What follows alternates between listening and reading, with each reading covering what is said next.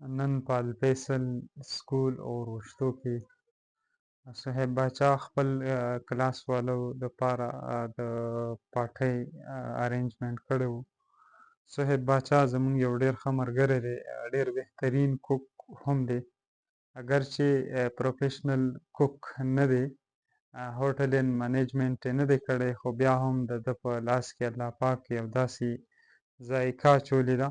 صاحب باچا چې څه کار ته هم لاس اچوي، که چېرته کې د کرکټ میدان موږ وګورو، که بیا راشو ایجوکیشن ته، په سکول کې هم د ده ډېرې هلې ځلې وي، اکټیو وي. دغه شانتې که د اخلي پخلي پروګرام شي، په هغې کې هم ډېر زیات اکټیو وي، ډېر زیات نر او یو تکړه ځوان دی، زموږ ډېر ښه ملګری دی.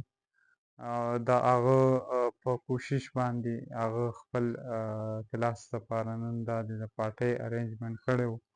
ماشومان ډېر زیات پرجوشه وو، خوشحاله مو، مطمئنه مو.